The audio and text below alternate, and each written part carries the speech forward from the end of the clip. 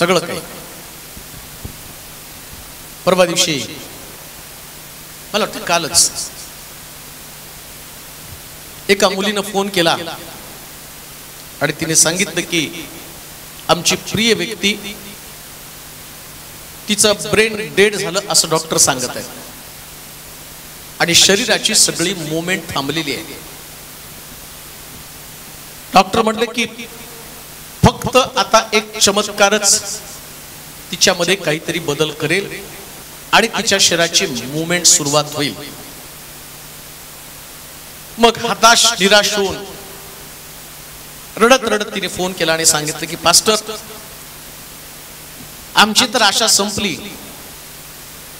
परंतु आम्ही एवढ्या साक्षी ऐकतो, एवढ्या साक्षी आम्ही पाहिल्या, अनुभवल्या, आणि असं आम्हाला वाटतं की तुम्ही प्रार्थना करावी न जाणो देव त्या आमच्या मावशीच्या अंतःकरणामध्ये, तिच्या शरीरामध्ये काहीतरी काम करेल, त्या मेंदूमध्ये काम करेल आणि प्रभू तिच्यामध्ये डॉक्टरच्या शब्दापेक्षा येशूच्या शब्दानं काम करेल.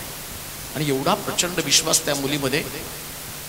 प्रार्थना केल्यानंतर ज्यावेळेस दुसऱ्या दिवशी त्या मुलीचा मेसेज आला, डॉक्टर आश्चर्यचकित झाले, तिचा डेड झालेला मेंदू पुन्हा कार्यरत झाला आणि तिची बॉडी आता हालचाल करू लागली. असंभव गोष्टी फक्त प्रभू संभव करू शकतो. लक्षात ठेवा, देवाच्या सानिध्यामध्ये, त्याच्या मंदिरामध्ये, त्याच्या उपासनेमध्ये त्याचं वचन ऐकण्यासाठी खर्च केलेला वेळ हा कधीच वाया जाणारा वेळ नाही. एक समय येतो की त्या समयामध्ये प्रभू आमची 100% भेट घेतो. 100%. काल पण देवाच्या वचनामध्ये ऐकलं, गर्दी बरोबर चालण्यापेक्षा थोडस वेगळं होऊन प्रभूच्या चांगुलपणाचा अनुभव आम्हाला घ्यायचा. आज एक गोष्ट आम्ही वाचणार आहोत पवित्र शास्त्रामध्ये. एक आंधळा व्यक्ती, असं त्याच्या संबंधानं म्हटलं की प्रभूनं त्याला त्वरित दृष्टी दिली. त्वरित, बर का, असं लिहिलंय त्या ठिकाणामध्ये. ते वचन आम्ही वाचणार आहोत. मग टायटलच असं असेल, आंधळ्याला त्वरित दृष्टी का दिली. आम्हाला पण लगेच इन्स्टंट चमत्कार पाहिजे असतो, ताबडतोब काहीतरी घडायला पाहिजे. तर जे शास्त्रात लिहिलेल्या गोष्टी ज्या पद्धतीने तुम्ही जाल, पुन्हा मी तुम्हाला सांगतो, ख्रिस्ती बनू नका, तर विश्वासणारे बना. गर्दीतल्या लोकांसारखं चाचपडत चालू नका, तर देवाच्या सामर्थ्याचा अनुभव घेऊन तो आग्रह, देवाला आग्रह करणारे लोक आवडतात.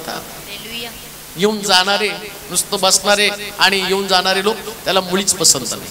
आग्रह, असा आग्रह केला पाहिजे ना की प्रभूनं तिथं थांबलं पाहिजे. थांबून विचारलं पाहिजे तुझी गरज काय आहे. थांबून विचारलं पाहिजे. तुम्हाला नाही थांबायचं, प्रभूनं थांबलं पाहिजे. मग प्रभूला थांबवणारी गोष्ट किंवा त्वरित आंधळ्याला दृष्टी का आली. लुकाचं शुभवर्तमान 18वा अध्याय आणि त्याची 35 पासून 43 पर्यंतची वचन आपण वाचूया. लुकाचं शुभवर्तमान. आंधळ्याला त्वरित दृष्टी का आली. वाचूया. येशूचे एका आंधळ्याला दृष्टीदान. येशूचे एका आंधळ्याला दृष्टीदान. तो यरीहो जवळ आला, तेव्हा असे झाले की एक आंधळा वाटेवर भीक मागत बसला होता. वाटेवर भीक मागत बसला होता. त्याने जवळून चाललेल्या लोकसमुदायाचा आवाज ऐकून विचारले, हे काय आहे. त्यांनी त्याला सांगितले, येशू नासरेतकर जवळून जात आहे. तेव्हा तो ओरडून म्हणाला, अहो येशू, दाविदाचे पुत्र, माझ्यावर दया करा. तेव्हा त्याने गप्प राहावे म्हणून पुढे चालणाऱ्यांनी त्याला दटाविले, त्याला दटावलं. तरी तो अधिकच ओरडून म्हणाला, अहो दाविदाचे पुत्र, माझ्यावर दया करा. तेव्हा येशूने उभे राहून त्याला आपणाकडे आणण्याची आज्ञा केली. तो जवळ आल्यावर त्याने त्याला विचारले, मी तुझ्यासाठी काय करावे म्हणून तुझी इच्छा आहे. तो म्हणाला, प्रभू मला पुन्हा दृष्टी यावी. येशू त्याला म्हणाला, तुला दृष्टी येवो. तुझ्या विश्वासाने तुला बरे केले आहे. तत्क्षणी त्याला दृष्टी आली. तत्क्षणी काय शब्द आहे तिथे? तत्क्षणी. आजही तुम्ही देवाच्या मंदिरात आलाय, परंतु तत्क्षणी चमत्कार तत्क्षणी घेऊन जायचा आहे. कधीतरी 4 वर्षानं, 10 वर्षानं, 5 वर्षानं त्या चमत्काराला पण व्हॅल्यू नाही, तुम्हाला पण व्हॅल्यू नाही. काय उपयोग आहे तुमचा? एवढं समजा, तुम्ही देवाच्या मंदिरात आला, पण तुम्हाला तो इन्स्टंट मिरॅकल, तत्क्षणी घडणारा चमत्कार लक्षात ठेवा. बायबल सांगतं, असं लिहिलंय उत्पत्तीच्या पुस्तकामध्ये, देव बोलला आणि बोलल्याबरोबर आकाश झालं. देव बोलल्याबरोबर घडतं. पण काय होतं माहितीये का, कधी कधी आमचं व्यक्तिमत्वच इतकं बोरिंग असतं ना की देवाला बोलायला सुद्धा नको. एवढं बोरिंग आमचं व्यक्तिमत्व. चाललोय आम्ही त्याच्या मागं, कुठंतरी प्रभूच्या मागं चालत आहोत, परंतु जो इन्स्टंट मिरॅकल, त्वरित चमत्कार, या चमत्कारासाठी ज्या गोष्टी त्या आंधळ्यामध्ये होत्या ना, त्या गोष्टी आमच्यामध्ये येणं आवश्यक आहे. आंधळ्यामध्ये त्या गोष्टी होत्या, 6 गोष्टी त्या आंधळ्यामध्ये होत्या. इन्स्टंट मिरॅकल, त्वरित चमत्कार. या त्वरित चमत्कारासाठी ज्या 6 त्याचे क्वालिफिकेशन किंवा 6 त्याच्यामधले गुणधर्म, ते गुणधर्म जोपर्यंत आमच्यामध्ये येत नाही ना, तोपर्यंत आम्ही कधी सुद्धा आमच्या जीवनामध्ये प्रभूचा त्वरित चमत्कार, ताबडतोब, तत्क्षणी, देवाला तर वाटतं तत्क्षणी तुमच्या गरजा पूर्ण कराव्यात. तत्क्षणी, लगेचच्या लगेच. म्हणून तो डोंगरावरती ज्यावेळेस लोक भुकेले होते ना, तर तिथंच आम्ही पाहतो, येशूनं त्यांना त्या 5 भाकरी 2 मासे घेऊन तत्क्षणी खायला दिलं, उपाशी नाही पाठवलं. प्रभूला तुमच्या जीवनामध्ये जी असणारी कमतरता ती घालवायची, पण त्याच्यासाठी तो विलंब पण करत नाही. त्याला वाटतं त्वरित लवकरात लवकर द्यावं. पण कोणती गोष्ट त्या आंधळ्यामध्ये होती? वाचा पहिलं वचन. तो यरीहो जवळ आला, तेव्हा असे झाले की एक आंधळा वाटेवर भीक मागीत बसला होता. त्याने जवळून चाललेल्या लोकसमुदायाचा आवाज ऐकून विचारले. कोणाचा आवाज ऐकला? लोकसमुदायाचा. पहिला मुद्दा, हा जो आंधळा आहे तो आवाज ऐकणारा आंधळा आहे. आणि कोणाचा आवाज माहिती का? लोक समुदायाचा, येशूच्या मागे चालणाऱ्या लोकांचा आवाज ऐकला पाहिजे. आम्ही काय होतो माहिती का, आवाज ऐकतो, पण आवाज कोणाचा ऐकतो ते महत्वाचं आहे. कोणाचा आवाज ऐकतोय, कोणाचे शब्द ऐकत आहे? प्रभूच्या मागे चालत आहोत, परंतु कानावरती कोणाचे शब्द पडत आहे? घरातल्या लोकांचे, जिथं काम करतात त्या लोकांचे, समाजामध्ये वावरता त्या लोकांचा. तुमच्या जीवनामध्ये तुम्हाला वाटतं इन्स्टंट त्वरित चमत्कार घडायला पाहिजे, पण त्वरित चमत्कार घडण्यासाठी देवाच्या लोकांचा आवाज ऐकला पाहिजे. कोण? देवाच्या लोकांचा आवाज कसा आहे? बायबल सांगतं, देवाच्या लोकांमध्ये जयघोष आहे, उपासना आहे, आराधना आहे. जर तुमच्या जीवनामध्ये इन्स्टंट चमत्कार घडला पाहिजे, तर त्याच्यासाठी उपासनेला पण तेवढंच महत्व दिलं पाहिजे. जिथं देवाचे लोक एकत्र येऊन उपासना करत आहेत, जसं प्रभू येशू ख्रिस्त शंभरुणी स्त्रीला म्हणतो, बाई असे दिवस येत आहेत, पिता स्वतःचे उपासक शोधत आहे, त्याचे उपासक त्याची उपासना आत्म्याने खरेपणाने करतील. ज्या विश्वासणारे लोक एकत्र येऊन देवाची उपासना करत असतात. चमत्कार तुमच्या जीवनात तोपर्यंत घडणार नाही जोपर्यंत तुम्ही देवाच्या लोकांचा आवाज ऐकत नाही. देवाच्या लोकांनी केलेली उपासना आणि बरेच चमत्कार उपासनेमध्ये घडतात. असं लिहिले शास्त्रामध्ये. दावीद ज्यावेळेस कराच्या कोशासमोर नाचत होता, आराधना करत होता, त्यानंतर आराधना संपल्याबरोबर तो गेला आणि आपल्या लेकरांना त्यांनी आशीर्वाद दिला. उपासनेमध्ये काय माहिती का, उपासनेमध्ये तुम्ही सहभागी होताना, जस्ट तुम्ही देवाच्या लोकांचा आवाज ऐकताना, या आवाजानं एक इन्स्पायरेशन येतं. उपासनेची ताकद काय माहिती का तुम्हाला? ज्या दिवशी तुम्ही उपासना ऐकताना, त्या आतमध्ये असणारा पवित्र आत्मा किंवा त्याला देवाचा आत्मा म्हटलेला आहे. या देवाच्या आत्म्याला उपासनेची गरज असते. देवाचे लोक जयघोष करत असतात आणि जयघोष जेव्हा जेव्हा लोक ओरडले उपासना केलेली आहे. येरिहोचा तट कोसळण्याचं कारण पण काय माहिती का? त्या तटानं उपासकांचा आवाज ऐकला. हालेलुया. तटानं उपासनेचा आवाज ऐकला. साखळ दंडानं बांधलेला पेत्र तो पण उपासना करत असताना या साखळ दंडानं उपासनेचा आवाज ऐकला. पेत्राची आराधना, पेत्राची स्तुती स्तवन त्या ठिकाणामध्ये त्याने ऐकलं. साखळ दंड गळून पडले. आणखीन आम्ही पाहतो ते दरवाजे आणि निखळून पडले आणि त्याच्यातनं पेत्र बाहेर पडला. का? कारण उपासनेच्या आवाजाची ही ताकद आहे. हालेलुया. म्हणून एक गोष्ट ध्यानात ठेवा, कधी पण उपासनेला दुय्यम स्थान देऊ नका. इन्स्टंट चमत्कार कधी घडेल? तुमच्या अंतःकरणामध्ये एक प्रकारची भूक आणि तहान असली पाहिजे. जसं दावीद म्हणतो, ते मला म्हणाले परमेश्वराच्या घराकडे जाऊ, त्यास माझ्या मनाला मोठा आनंद झाला. का? कारण त्याला ठाऊक आहे आता तिथं परमेश्वराची उपासना असणार. या व्यक्तीनं, या आंधळ्यानं त्या आवाजापासून तो दूर नाही पळाला. आम्ही पाहतो की शास्त्री आणि परुषी ज्यास प्रभू येशू ख्रिस्ताचा यरुशलेमेमध्ये प्रवेश झाला ना, त्यांच्या कानावरती पडणारा आवाज आणि त्यांना इतका कर्कश वाटला की ते म्हटलं की यांना गप्प करा. ही शास्त्री आणि परुषी त्यांच्या आयुष्यामध्ये कधीच चमत्कार अनुभवू शकले नाहीत. नाही, मिराकल्स त्यांच्या जीवनामध्ये घडले.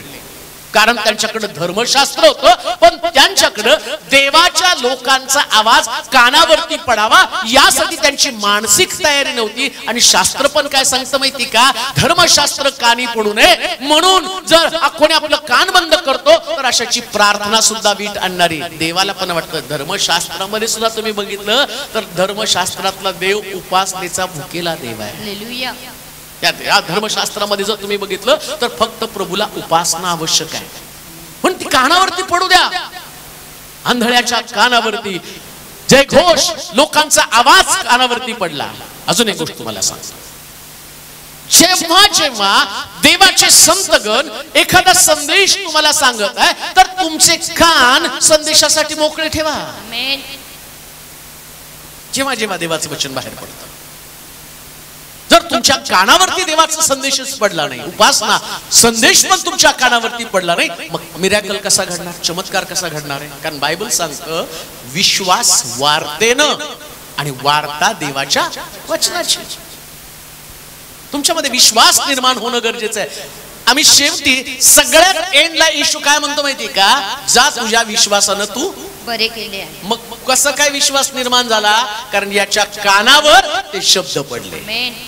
जेव्हा तुमच्या कानावरती देवाचं वचन पडतं ना, तुमच्यामध्ये आपोआप चमत्कारासाठी आवश्यक असणारी प्रक्रिया व्हायला सुरुवात होते.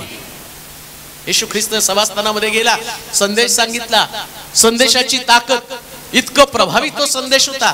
मग वाळलेल्या हाताचा एक मनुष्य होता. येशू म्हटलं हात लांब कर. या माणसाने आजपर्यंत कधी हात लांब केला नव्हता, पण संदेशाची ताकद त्याच्यामध्ये आली आणि या माणसानं आपोआप हात वर केला आणि तिथंच चमत्कार घडला. एक संदेश तुमच्या जीवनामध्ये असा चमत्कार करेल की त्या चमत्कारानं तुमचं सगळी वास्तविक स्थिती बदलून जाईल आणि तुम्ही पहिल्यापेक्षा भारी लोक बनाल. इन्स्टंट चमत्कार. तो संदेश कानावरती पडणं गरजेचं आहे. या आंधळ्याच्या कानावरती लोकांचा आवाज पडला. कोणत्या लोकांचा? जे लोक ख्रिस्ताच्या मागे चालले त्यांचा आवाज. बाकी कोणाचा आवाज ऐकू नका. कोणाचाच आवाज ऐकू नका. बाकीच्या लोकांचे तुम्ही आवाज ऐकले तुम्ही डिस्टर्ब होणार, निराश होणार. पण देवाचा आवाज ऐकल्याबरोबर तुमच्या जीवनामध्ये काहीतरी खळबळ उडती. प्रिया, खळबळ उडती. हा खळबळ उडवणारा आवाज आहे. आणि जेव्हा तो आवाज तुमच्या कानावरती पडतो ना, त्या दिवशी आणि आपोआप तुमच्या शरीरामध्ये, तुमच्या सगळ्या स्थितीमध्ये बदल व्हायला सुरुवात होते. म्हणून आम्ही पाहतो लाजरस कबरेमध्ये होता, त्याचं शरीर सडलेलं होतं, पण फक्त येशूचा आवाज लाजर बाहेर ये, हा शब्द त्याच्या कानावरती पडल्यावर असं लिहिलं, मेलेला लाजरस कबरेतनं बाहेर आला. ही आवाजाची ताकद आहे. हे देवाच्या आवाजाची ताकद आहे. देवाच्या आवाजाची ताकद आहे. विश्वासणाऱ्यांच्या आवाजामध्ये पण ताकद आहे. साखर दंड गळून पडण्याची ताकद, बंदिशाळेचे दरवाजे हलवण्याची ताकद आहे. म्हणून लक्षात ठेवा, सातत्यानं देवाचा आवाज ऐकण्याचा प्रयत्न करा. पहिली गोष्ट, त्यानं देवाचा आवाज ऐकला. दुसरी गोष्ट, त्याने जवळून चाललेल्या लोकसमुदायाचा आवाज ऐकून विचारले, हे काय आहे? नुसतं त्याने आवाज ऐकला का? मग काय केलं? काय विचारलं? हे काय आहे? लक्षात घ्या, नुसतं देवाच्या मंदिरात येऊन बसायचं नाही. आज जर तुम्ही देवाच्या मंदिरात पहिल्यांदा आला असाल आणि तुम्ही म्हणता प्रभूनं चमत्कार करावा, यासाठी मी काय करावं, तर लक्षात घ्या, तुम्ही लोकांना विचारा, तुम्हाला माहित नाही काय चाललंय, विचारा हे काय आहे. मग बाकीच्यांनी सांगितलं पाहिजे याला उपासना म्हणतात. हे काय चाललंय? हे प्रवचन आहे. हे काय आहे? हा देवाचा शब्द आहे. हे काय आहे? ही प्रार्थना आहे. बरेच लोक मला विचारतात, कशी प्रार्थना केल्यावरती देव माझी प्रार्थना ऐकेल? आणि प्रश्न पण बरोबर आहे. कोणतं वचन प्रार्थनेमध्ये बोलल्यावर देव माझी प्रार्थना ऐकेल? अगदी बरोबर आहे. कोणता शब्द, कशी प्रार्थना करायला पाहिजे, काय केल्यानं प्रभू माझी प्रार्थना ऐकणार आहे? प्रभू तुमच्याकडं अलंकारिक शब्द, वेगवेगळे शब्द, रचून शब्द, तो तुम्हाला असं वाटत असेल की दाविदासारखी तुम्ही रचून प्रार्थना केल्यावरच देव तुमची प्रार्थना ऐकतो, असं नाही. तो विद्वान आहे, त्याला देवाचं अंतःकरण आहे. पण कधी कधी रक्तस्रावी स्त्री सारखी प्रार्थना असेल, मी जाते आणि त्याच्या वस्त्राच्या गोंड्याला स्पर्श करते तरी देव बरं करतो. त्याच्यातल्या फिलिंग्स, त्याच्यातल्या भावना, तुमच्या अंतःकरणामध्ये देवाविषयीचा जो विश्वास आहे. म्हणून पहिल्यांदा तुमच्या ती भावना, वचन ऐकल्यावर, आराधना ऐकल्यावर तुमच्यामध्ये आणि ती भावना निर्माण व्हायला पाहिजे. दुसऱ्या भाषेमध्ये मी असं म्हणेल, तुम्हाला समरूप होता आलं पाहिजे. कुणाशी समरूप? उपासकांची समरूप व्हायला पाहिजे. विचारलं पाहिजे हे काय आहे, कुठलं गाणं आहे, कसं गायचं. आला तुम्ही चर्च मध्ये बसला, तुमच्या डोक्यावर हात ठेवला, तुम्ही प्रार्थना केली आणि मग म्हणतो अहो आम्ही एवढे दिवस आलो, प्रार्थना केली, चमत्कार घडला नाही. विचारलं का कधी काय करायला पाहिजे? विचारलं का हे काय आहे? आंधळ्यामध्ये ती चौकस बुद्धी होती. आंधळा आणि त्या असणाऱ्या उपासकांशी समरूप झाला. तो त्या ठिकाणच्या लोकांशी आणि येशूशी समरूप झाला. त्याला माहितीये मला देवाच्या जवळ जायचंय, येशूच्या जवळ जायचंय. अजून तो येशूच्या जवळ नाही, येशूपासून लांब आहे, पण प्रोसेसची सुरुवात केली ना त्यानं. हे काय आहे त्यांनी विचारलं तर ना. म्हणून लक्षात ठेवा, एखाद्या पुतळ्यासारखं देवाच्या मंदिरात येणारे लोक कधीच त्वरित चमत्कार अनुभवू शकणार नाही. पण जे लोक भावनेच्या भरामध्ये आणि प्रभूशी समरूप होऊन त्याच्याशी समरूप होताना सगळ्या चौकशा करतात, विचारतात. काय विचारलं वाचा बरं? हे काय आहे? ते सगळं वचन वाचा. त्याने जवळून चाललेल्या लोकसमुदायाचा आवाज ऐकून विचारले हे काय आहे? हे काय आहे? जे कोणी तुमच्या जवळ आहेत, जे तुमच्या जवळ आहेत, पण ते येशूच्या बरोबर चालणारे पाहिजे, नाही का? तिसऱ्या व्यक्तीला जर तुम्ही विचारलं तर तो तुम्हाला मिसगाईड करेल.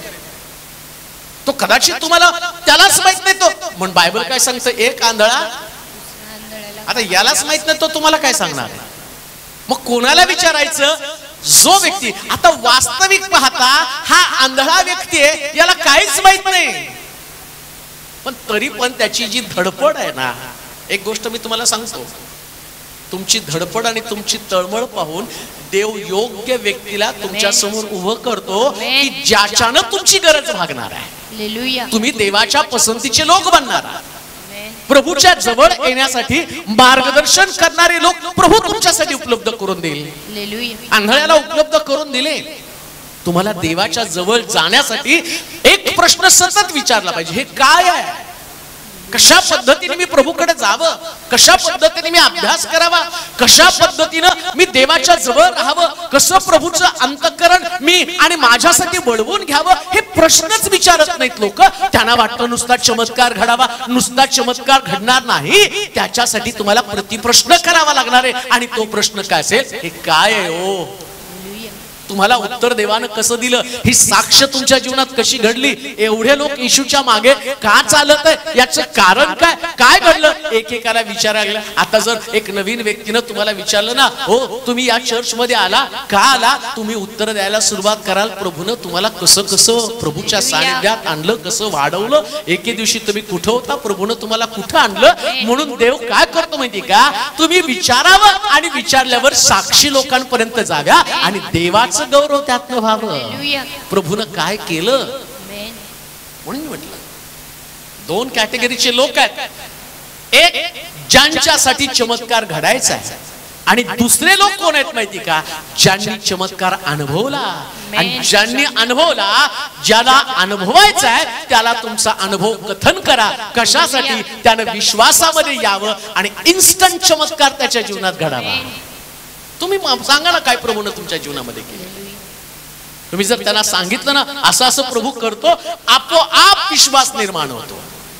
जर तुम्ही बघितलं कालपासून तर एवढ्या साक्षी की मला पोस्ट करता करता मग मी थकून गेलो. अजून साक्ष अजून चालू आहे, तिथं पडत आहे साक्षी. कारण काय, विश्वास ते ऐकतात, ते म्हणतात नाही आम्ही तुमचं स्टेटस पाहतो, आम्ही युट्यूबचे संदेश बघतो, त्याच्यातल्या साक्षी ऐकतो आणि साक्षी ऐकल्यावर आम्हाला असं वाटतं की देव आता आमच्या जीवनामध्ये काम करणार आहे आणि प्रभू ते काम करत आहे. परवाच एका बहिणीनं सांगितलं की डॉक्टरनं सांगितलं 7व्या महिन्यामध्ये आणि त्या सिझर करायचंय, आतमधल्या लेकराला प्रॉब्लेम आहे आणि जर दोघाला पण वाचवायचं तर लेकरू काढून टाकावं लागेल. आणि मग ते म्हटले की पाळक साहेब तुम्ही पुष्कळ साक्षी आम्ही स्टेटसवर पाहिल्या, आता आमची मदत करा आणि प्रार्थना करा त्या मुलीसाठी की तिची डिलिव्हरी नॉर्मल व्हावी आणि ती वाचावी. मी देवाजवळ प्रार्थना केली. डॉक्टर काय म्हणतात त्याचं तोंड बंद कर, त्याचे सगळं मेडिकल खोटं ठरलं जाऊ दे. मी प्रार्थना करतो प्रभूजी तिचं बाळ आणि ती दोघं सुरक्षित राहू दे. आणि त्याच्यानंतर डिलिव्हरी झाली, सीझर झालं आणि त्याने सांगितलं बाळ पण वाचलं, आई पण वाचली. का, इन्स्टंट चमत्कार देव करतो. त्याच्यासाठी काहीतरी गरज आहे, कोणीतरी सांगणं गरजेचं आहे. विचारलं आणि तुम्हाला विचारणं पण गरजेचं आहे. काय करावं, काय केल्यानं या आंधळ्यामध्ये ती चौकस बुद्धी आहे. म्हणून मी म्हणतो इकडं येणाऱ्या लोकांना दगडासारखं येऊन चालणार नाही, दगडांनी इथं येऊच नाही. हालेलुया. इथं आल्यावर तिथं भावना झाली पाहिजे, काय आहे काय आहे विचारलं पाहिजे ना.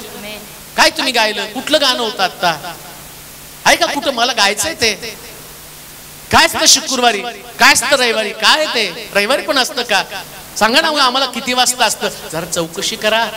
जेवढी तुम्ही चौकशी कराल देवाला कळेल याला माझ्यात इंटरेस्ट आहे, आता मी पण याच्यात इंटरेस्ट घेणार आहे. तो देव आहे. जेवढा तुम्ही त्याच्यात इंटरेस्ट घ्याल ना तितकं प्रभू पण तुमच्या. हे सगळी चर्चा चालू आहे आंधळ्याची ना, येशू तिकडून बघत आहे किती चौकशा करतोय, हा याला गरज आहे बरं का खरी माझी.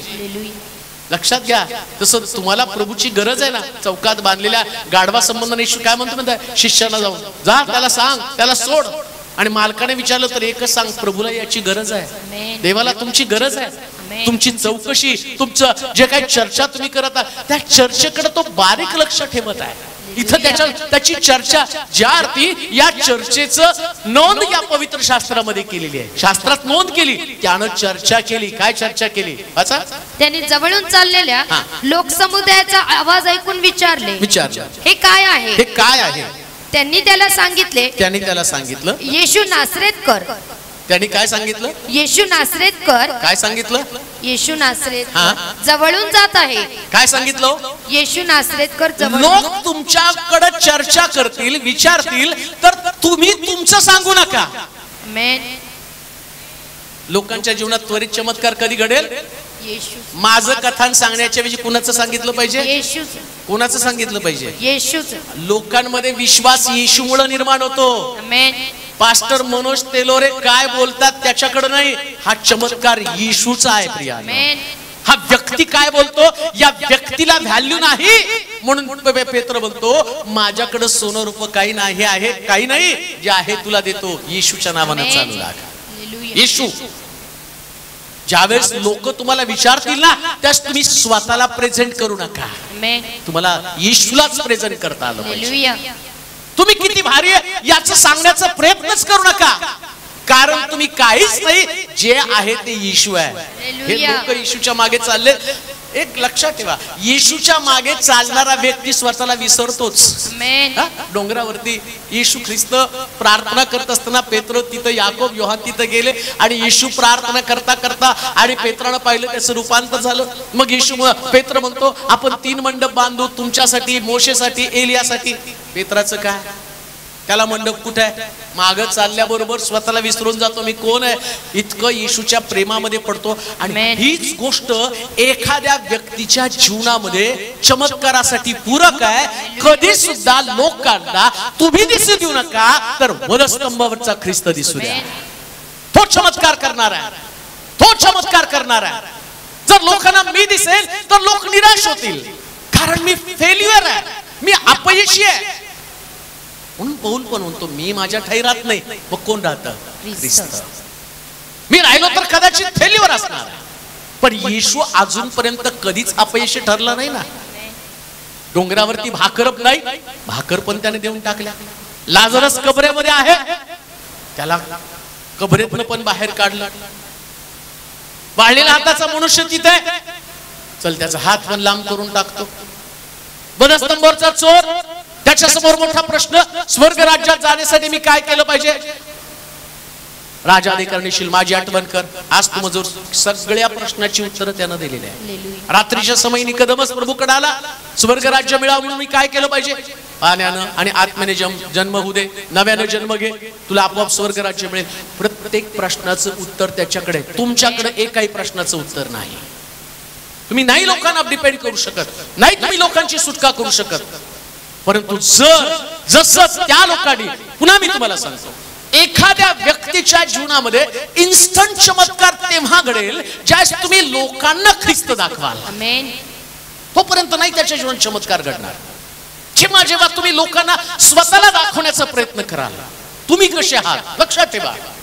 आज मी पुन्हा तुम्हाला सांगतो, आम्ही जे आहोत ते प्रभूच्या कृपेमुळे आहोत. चौकात बांधलेलं गाढव सुटलं आणि गाढव सुटलं, गाढवावरती येशू बसला म्हणून गाढवाच्या पायाखाली पाय घड्या. तिथं चौकात होतं, त्यास पायघड्या नव्हत्या. आता चौकातनं आणलं, गाढवावरती येशू बसला म्हणून गाढवासाठी नव्हे, येशूसाठी पाय घड्या. पण त्याच्यातलं पार्टिसिपेट तो झालेला आहे आणि त्याच्यात सहभागी झाला आणि सहभागी पडल्यात. आता बघा, भटारी ज्यावेळेस स्वयंपाक बनवतो ना, बिर्याणी बनवतो, तर मसाल्याचा वास त्याच्या हाताला पण लागतो ना. भटाऱ्याच्या अंगाला जर तुम्ही बघितलं तर स्वयंपाक बनवून घरी गेल्यावर त्याच्या घरातले म्हणते, कहा से बिर्याणी बना के आए, कारण वास तर त्याला लागला का नाही. तसंच आहे, बिर्याणी त्या व्यक्तीमध्ये नाहीये पण वास तर त्याला आहे. तसं आम्हाला येशूचं टच आहे, त्याच्यामुळं आम्ही तसे आहोत. म्हणून आम्हाला येशूलाच दाखवायचंय. कसा चमत्कार घडणार आहे, कसा इन्स्टंट मिरेकल घडणार आहे की तुम्ही लोकांना येशूविषयी सांगा. पुढचा मुद्दा वाचूया. त्याने जवळून चाललेल्या लोकसमुदायाचा आवाज ऐकून विचारले, हे काय आहे? हे काय आहे? त्यांनी त्याला सांगितले, येशू नासरेतकर, येशू नासरेतकर जवळून जात आहे, जवळून जात आहे. तेव्हा तो ओरडून म्हणाला, अहो येशू, अहो येशू, दाविदाचे पुत्र, दाविदाचे पुत्र, माझ्यावर दया करा. आता पहा, तिसरी गोष्ट, येशू त्याच्या जवळून गेला असं लिहिलेलं आहे. परत असं लिहिलं, काय लिहिलं? येशू नासरेतकर जवळून जात आहे. काय शब्द? येशू नासरेतकर जवळून जात आहे. जर तुमच्या जीवनामध्ये इन्स्टंट चमत्कार घडायला पाहिजे तर येशू तुमच्या जवळ असणं गरजेचं आहे. आमेन. येशू शिवाय कसा चमत्कार घडेल? येशू लांब 4 कोसावर. येशू कधीतरी आम्हाला शुक्रवारी भेटतो, येशू कधीतरी आम्हाला रविवारी भेटतो. मग कसा चमत्कार घडणार आहे? तुमच्याकडं 24 आवर्स तुमच्या जवळ असला पाहिजे. या आंधळ्याच्या बाबतीमध्ये असं लिहिलं, तो विचारलं त्यानं, हे काय आहे? तर ते म्हटले, येशू तुझ्या जवळून जात आहे. देवाचे प्रिय लोक, येशूला आमच्या जवळ येण्यामध्ये किती जवळ माहिती का? प्रगटीकरणाच्या पुस्तकात तो म्हटला, पहा मी द्वाराशी द्वार ठोकीत आहे. तो एवढ्या तुमच्या जवळ येण्याचा प्रयत्न करतो. कशासाठी? म्हणून मी तुम्हाला सुरुवातीला सांगितलं, त्याला तुमच्यामध्ये फार इंटरेस्ट आहे. इतकं त्याला रस आहे तुमच्यामध्ये, तुमच्या परिवारात, तुमच्या बिझनेसमध्ये, तुमच्या एज्युकेशनमध्ये, तुमच्या लेकरांमध्ये, तुमच्या कुटुंबामध्ये, तुमच्या शरीरामध्ये, सगळ्यामध्ये त्याला रस आहे. आणि आम्ही पाहतो येशूचा शिष्य पेत्र येशू बरोबर चालत असताना येशूनं पाहिलं की पेत्राची सासू घरामध्ये तापानं आजारी पडलेली आहे. तो म्हटलं चल मला पहिले तुझ्या घरी यायचं. एवढा इंटरेस्ट आहे त्याला. जक्कई नावाचा श्रीमंत व्यक्ती झाडावरती चढला. येशूनं त्याचा इंटरेस्ट पाहिला. जक्कई त्वरा कर खाली, आज मला तुझ्या घरी यायचंय, जवळ यायचंय. मग कुणाच्या जवळ येतो तो? जवळ येण्यासाठी ती वातावरण निर्मिती असली पाहिजे. कसली वातावरण निर्मिती? या असणाऱ्या आंधळ्यानं वातावरण निर्मिती केली. कशी वातावरण निर्मिती केली? त्यानं आवाज ऐकला. पहा कोण आपलं ऐकतं ना. आता मला सुद्धा इथं बसल्यावर बरोबर कळतं कोण ऐकतं आणि कोण उगीच बसलंय मठ्ठासारखं. इथून कळतं मला. आणि मग जास्त तुमचे चेहरे पाहतो त्यास मला कळतं अरे हे इंटरेस्टिंग ऐकत आहेत. आणि काही लोक ऐकताना त्यांचे कुठल्याच प्रकारचे एक्सप्रेशन नसतात. मग ती वातावरण निर्मिती. मग मला कळतं या व्यक्तीकडे बघायचंच नाही, कारण तिच्याकडे बघितलं की माझा संदेश विसरून जातो. मी तिच्याकडे बघत पण नाही. मी तिला दुर्लक्ष करतो, निग्लेक्ट करतो. पण काही लोक टक लावून बघत असतात. मग मला असं वाटतं यांना इंटरेस्ट आहे तर यांच्याशी मी बोललं पाहिजे. येशूनं तसंच केलं. एवढी गर्दी तिथं होती ना, तो बोलत आहे तर या आंधळ्यानं वातावरण निर्मिती केली. तो टक ऐकत आहे. आता आंधळा ज्यावेळेस ऐकतो ना त्याचे कान बरोबर कोण चाललंय कोण चाललंय. पण त्या आंधळ्याला तुम्ही डोळे नसतात पण त्याचे कान तो बरोबर त्या बाजूला करतो. आता त्याने इतकी सुंदर वातावरण निर्मिती केली की येशूला वाटलं याच्या जवळून जावं. हालेलुया. आज शुक्रवारी इथं लोक पुष्कळ आहेत, परंतु अशी वातावरण निर्मिती करा ना प्रभू तुमच्या जवळ यावा प्रार्थनेच्या वेळेस. तुमच्या जवळ. मग कदाचित तुमच्या डोळ्यात अश्रू असतील, कदाचित तुमच्या अंतःकरणात भावना असतील, फिलिंग्ज असतील, काहीतरी तुमचं मन प्रभूशी बोलत असताना आणि इतकं सुंदर वातावरण निर्मिती. जसं त्या व्यक्तीनं असं लिहिलं की तो आणि त्यांचा आवाज ऐकत होता आणि दुसरी गोष्ट तो चर्चा करतो, विचारत होता हे काय आहे. प्रभूनं ते पाहिलं. प्रभू नाही आंधळा, तो आंधळा आहे. त्याला सगळं दिसतंय. लक्षात ठेवा आज तुम्ही इथं बसलाय पण प्रभूचे नेत्र तुमच्याकडे बारकाईनं तुम्हाला बघत आहे. तुम्ही याल प्रार्थनेसाठी पण प्रभू तुम्हाला आधीच बघून ठेवलेले आहे. पहिल्या गाण्यापासून तुम्ही एंट्री केल्यापासून त्यानं बघितलं. येशूने एंट्री केली. काय स्टार्टिंगचं वचन? येशू आला. त्याने जवळून चाललेल्या लोकसमुदायाचा येशू नासरेतकर जवळून जात आहे. नाही तो यरीहो जवळ आला. तेव्हा असे झाले की एक आंधळा वाटेवर भीक मागीत बसला होता. तिथं असं लिहिलं त्याने एंट्री केली आणि त्यानं कॅमेरा जसा कॅच करतो तसं येशूने कॅच केलं. एक आंधळा. आता तिथे एवढे लोक होते पण कोणालाच कॅच केलं नाही. कुणाला कॅच केलं? एक आंधळा. कसला देव आहे रे. एवढे तुम्ही एकालाच कॅच करणार. तो इन्स्टंट चमत्कार एकालाच. मग कोणाला तो चमत्कार आहे? एंट्री केली. तुम्ही पण चर्च मध्ये प्रवेश केला आणि प्रवेश केल्याबरोबर प्रभू त्या लोकांना शोधत असतो. इन्स्टंट चमत्कार, त्वरित, तक्षणी. आम्हाला वाटतं तक्षणी घडायला पाहिजे.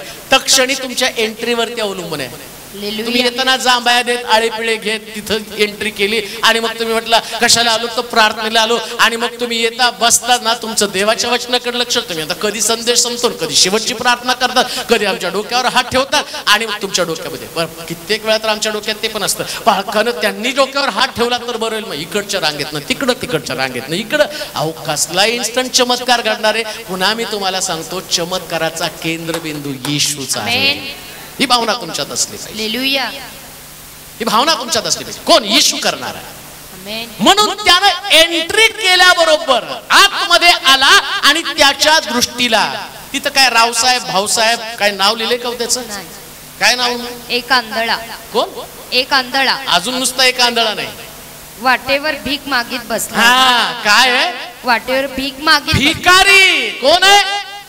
भिकारी. त्याच्या संबंधानं म्हटलं त्याचं व्यक्तित्व किंवा त्याचा पेशा जर का असेल तर तो म्हटलं तो भिकारी वाटेवरती बसून भीक मागत बसलेला आहे. तो भिकारी आहे. प्रभूनं त्याच्याकडे पाहिलं आणि त्याच्याकडे पाहत असताना त्याच्या लक्षात आलं की हा एक भिकारी आहे. कान देऊ नाही का? ज्या अवस्थेमध्ये तुम्ही आहात ती अवस्था देवाला ठाऊक आहे. त्याला हे पण माहिती होतं तो भिकारी आहे आणि तो कुठं बसला हे पण माहिती आहे. हे का तुम्हाला वाचून दाखवतो माहिती का? तुम्ही कसं बसला आणि कुठं बसलाय देवाला माहिती आहे. हालेलुया. तिथं लिहिलंय तो कसा बसला होता आणि तो काय करत होता. काय लिहिलं? एक आंधळा वाटेवर भीक मागीत बसला होता. काय करत बसला होता? भीक मागीत. मग तुम्ही इथं बसला आणि मोबाईल बघत बसला तर बघत नाही का? तो भीक मागताना बघतो. तुम्ही इथं बसलाय, काय करत बसलाय याच्यावरती तुमचा चमत्कार अवलंबून आहे. मला हे तुम्हाला सांगायचंय. चमत्कार कधी घडतो?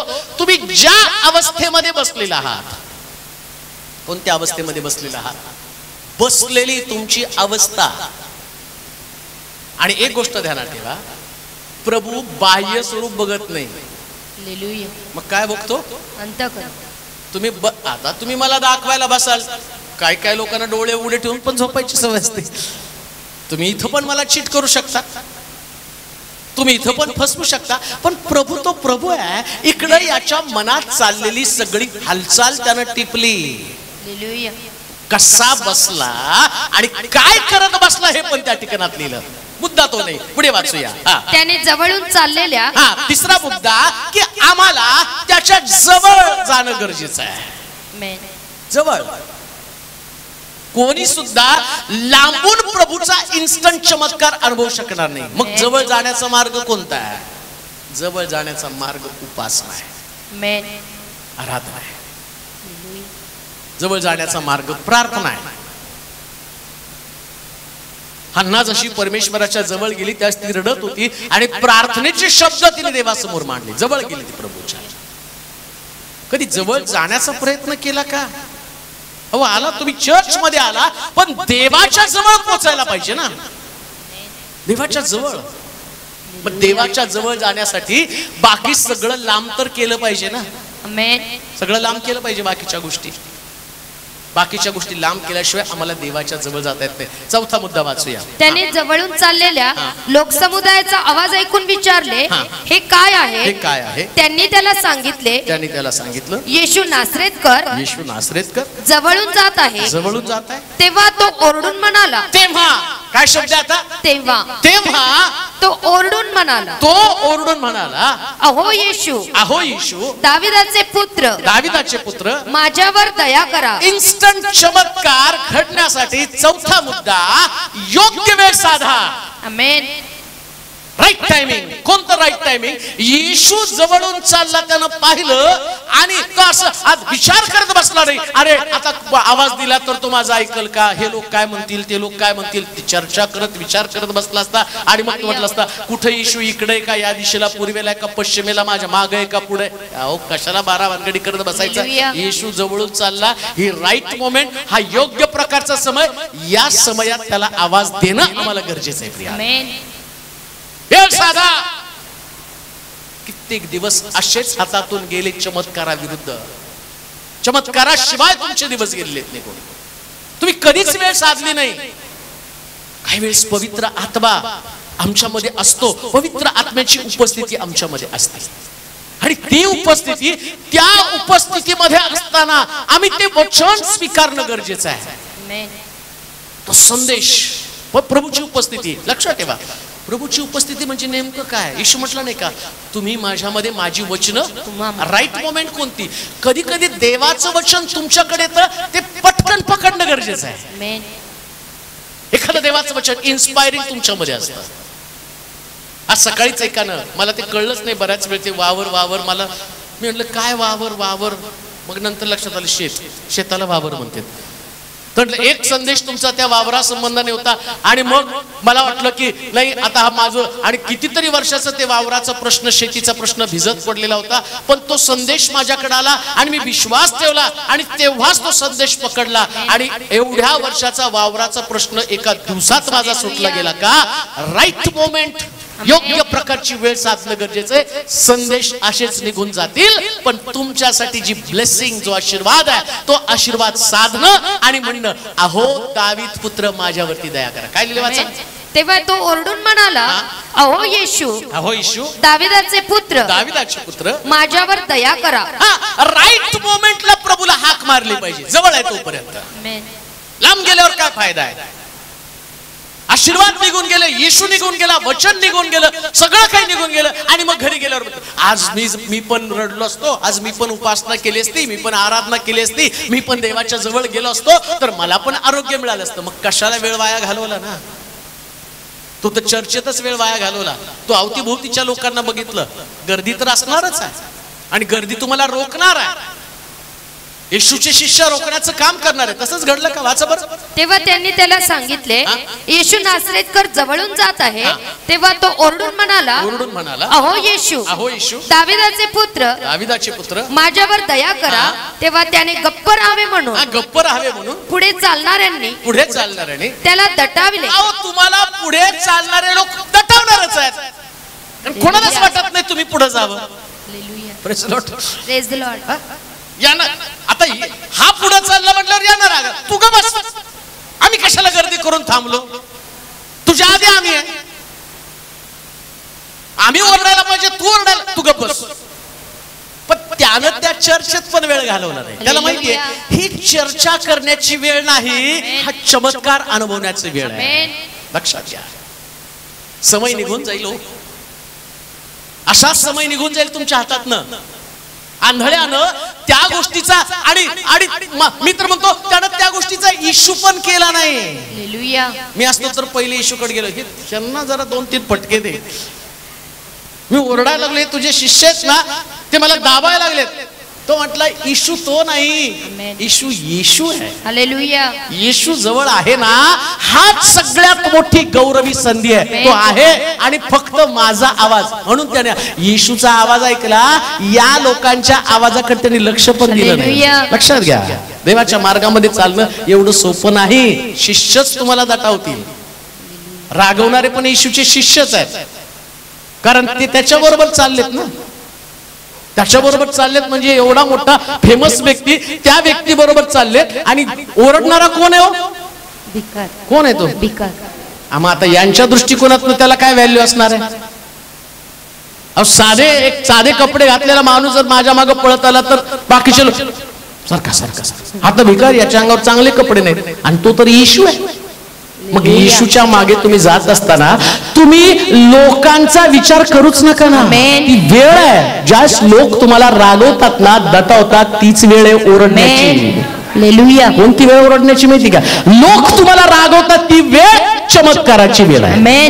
दुसरा समज नाही की ज्यावेळेस तुम्ही प्रेशर मध्ये असता, तणावामध्ये असता, कुटुंबामध्ये एक प्रकारचा प्रेशर आहे, जीवनामध्ये एक प्रकारचा प्रेशर आहे, सगळी निगेटिव्हिटी तुमच्याकडे आहे. जसं तो भिकारी आहे, वाटेवरती बसलेला आहे आणि त्याला शिष्य रागवत आहे. येशू जवळून चाललेला आहे, तो आंधळा आहे, त्याला काही दिसत नाही, त्याला काही माहित नाही. एक प्रेशर त्याच्या मनावरती. आज मी येशूकडे जाऊ शकत नाही, परंतु त्यानं ते प्रेशर घेतलंच नाही ना. हालेलुया.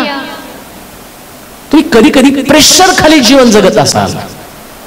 एकदम तुमच्या कुटुंबामध्ये सगळी वाताहत उद्ध्वस्त झालेली अवस्था असेल, एकदम प्रेशर तुमच्यामध्ये आहे आणि त्यावेळेस तुम्हाला कोणीच मार्गदर्शन करणार नाही. आता या शिष्यांचं काम आहे गाईड करणं, त्याला हाताला धरून चला चला तुझी गरज आहे ना, तू येशूला आवाज देतो, चल मी तुला येशूकडे घेऊन जातो. ज्यावेळेस तुम्ही प्रेशर मध्ये असताना त्यावेळेस तुम्हाला धार्मिक सुद्धा मार्गदर्शन करू शकत नाही.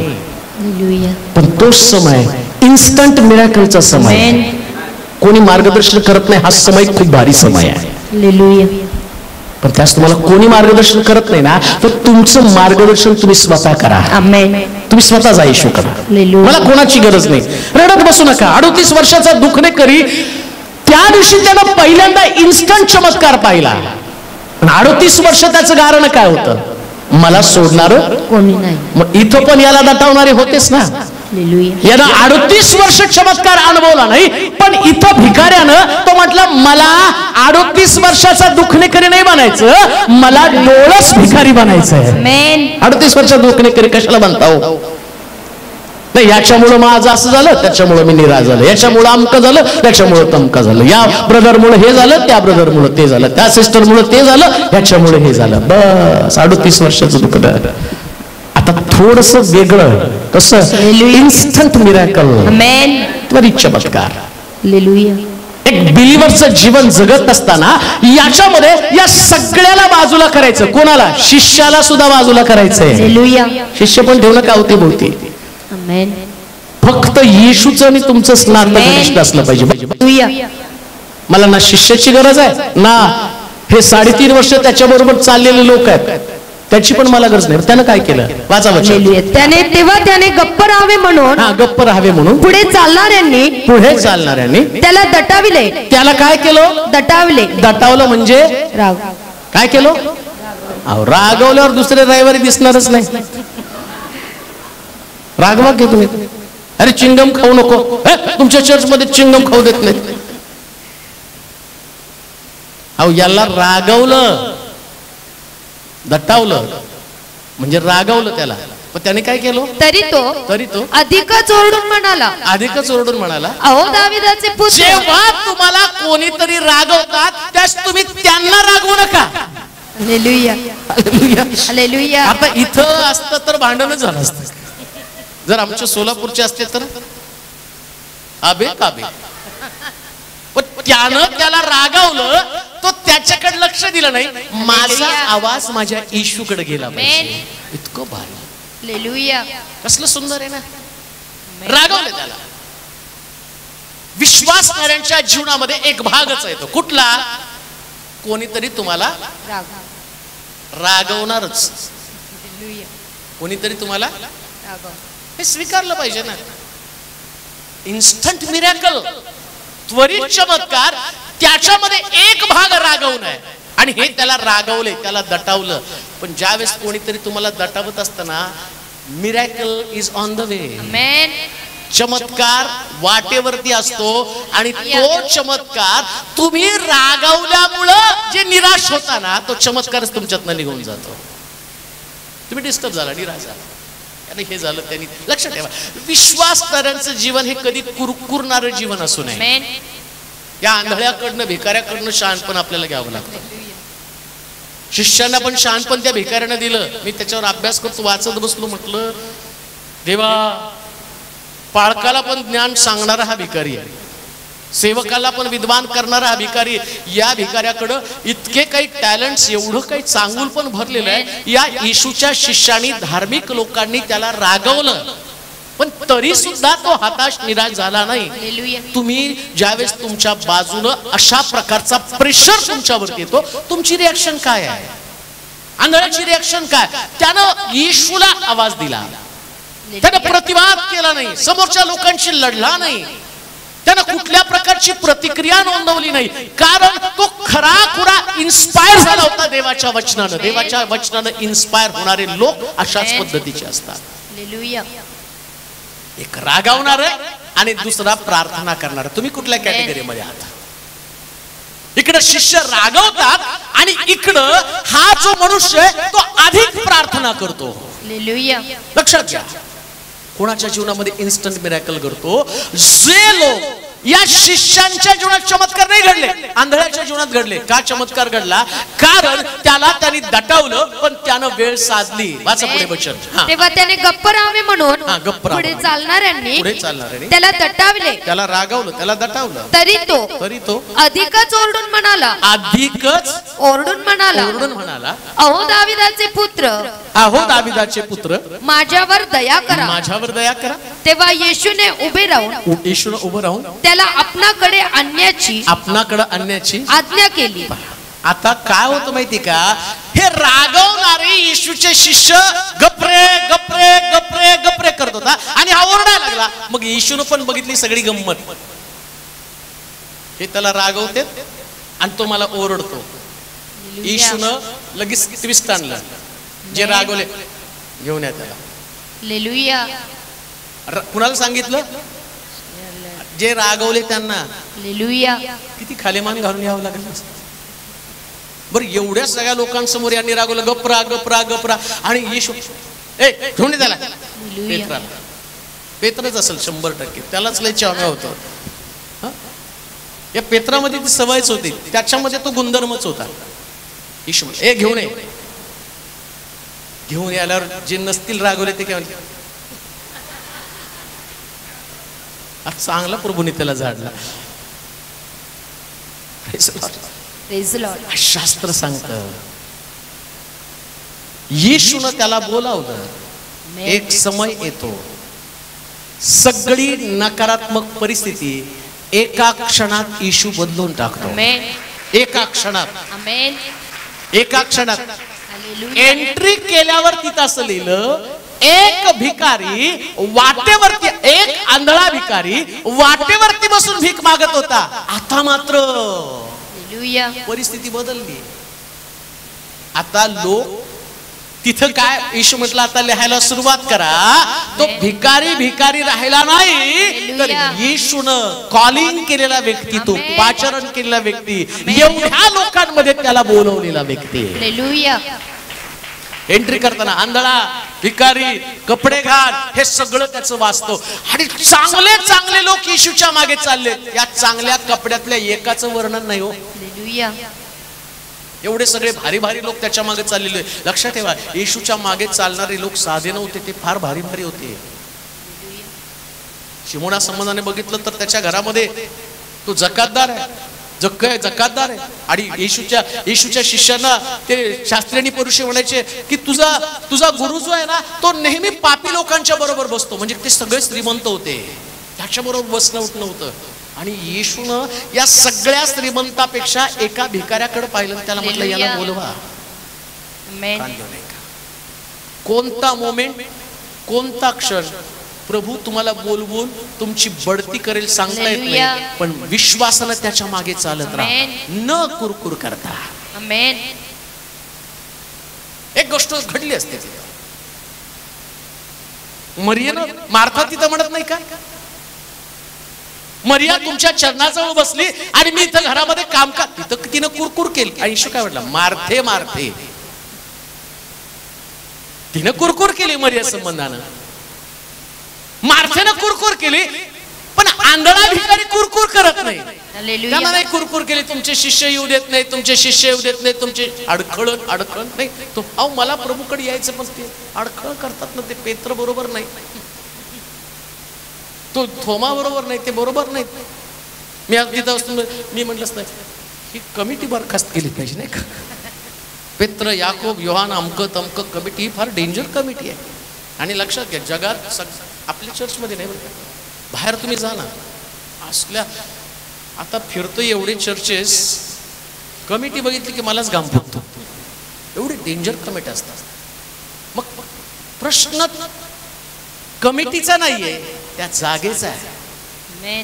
त्या शिष्यां येशूच्या संगती चालणारे येशूचे शिष्य ते पण तसलेच होते, ते पण रागवत होते, पण येशूनं ना त्यांना सोडलं ना भिकाऱ्याला सोडलं. आता अजून एक गोष्ट तुम्ही बघितली का, ना येशू त्या रागवणाऱ्या लोकांना रागवला, ना या आंधळ्याला रागवला. दोघाला पण त्यानं घेऊन पुढे गेला. का? कारण त्याला त्याचं राज्य पुढे न्यायचं. सगळ्यात महत्वाची गोष्ट. पुढे वाचा. तेव्हा येशूने उभे राहून त्याला आपल्याकडे आणण्याची इन्स्टंट चमत्कार, त्वरित चमत्कार आज्ञा केली.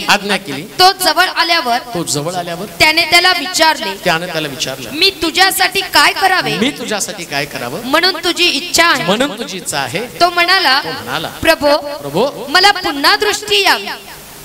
पाचवी गोष्ट, इन्स्टंट चमत्कार तुमच्या जीवनात तेव्हा घडतो तत्क्षणी. असं लिहिलं, तत्क्षणी त्याला दृष्टी आली, तत्क्षणी. आणि त्या पाचवा जो मुद्दा आहे ना, योग्य प्रकारची मागणी.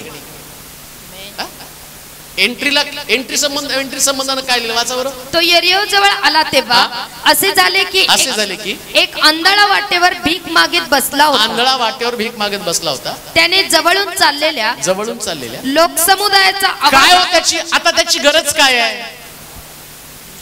नाही, दृष्टी तर नंतर झाली. तो काय करत होता, बघा तुम्ही, भिकाऱ्याला कधीच वाटत नाही माझे कपडे बदलावे. उलट काही भिकारी असे आहेत मुंबईमध्ये, चांगले कपडे घालून कार मध्ये टाकतात आणि नंतर फटके घालून भीक मागतात. का? कारण त्यांना माहिती फाटक्या कपड्याला भीक देणार आहे. मग मी प्रभूकडे ती नसती प्रार्थना. ईश्वरने विचारलं ना, तुला काय पाहिजे सांग. इस्रायल लोकांना रानामध्ये देवानं मान्ना दिला, त्यांना विचारलं आता तुम्हाला काय पाहिजे. ते म्हणतात मान्ना खाऊन कंटाळाला, लावे पक्षी पाठव. त्यांचं सगळं खाण्यापिण्याभोवती फिरत होतं. पण आंधळ्या भिकाऱ्यानं योग्य मागणी केली. खाण्यापिण्यापेक्षा मला दृष्टी येणं गरजेचं आहे. दृष्टी येणं गरजेचं आहे. ऐका, शरीराला आरोग्य मिळणं, नोकरी लागणं, लेकरं होणं, याच्यापेक्षा प्रभूकडे काय प्रार्थना करा माहिती का? प्रभू माझ्या आत्मिक नेत्र उघड. एकदा आत्मिक नेत्र उघडले ना, सगळं शरीरच आशीर्वादित बनतं. असं लिहिलंय. त्या डोळ्यानं जे आतमध्ये जातं ग्रहण केलं जातं. म्हणून आम्ही पाहतो येशूच्या जन्माच्या वेळेस त्याला हातामध्ये घेऊन याजक म्हणतो, आज मी माझ्या डोळ्यानं तारण पाहिलेलं आहे. आमच्या डोळ्याला फक्त येशू पाहता आला पाहिजे बरं का. येशू पाहिला ना, सगळे प्रश्न सुटले जातात. येशू पाहायला पाहिजे. ठीक आहे, तुम्हाला पुष्कळ गरज आहे. जसं त्या भिकारीची गरज होती, त्याला अन्न पाहिजे होतं. तुमची पण काहीतरी गरज आहे आणि तुम्ही त्या गरजेपोटी इथं आलेला आहे. पण त्या गरजेपोटी देवाला हाक मारू नका. मग काय हाक मारली पाहिजे? त्यांनी विचारलं काय पाहिजे? प्रभू मला दृष्टी यावी, मला तुला पाहायचंय. कशाला दृष्टी?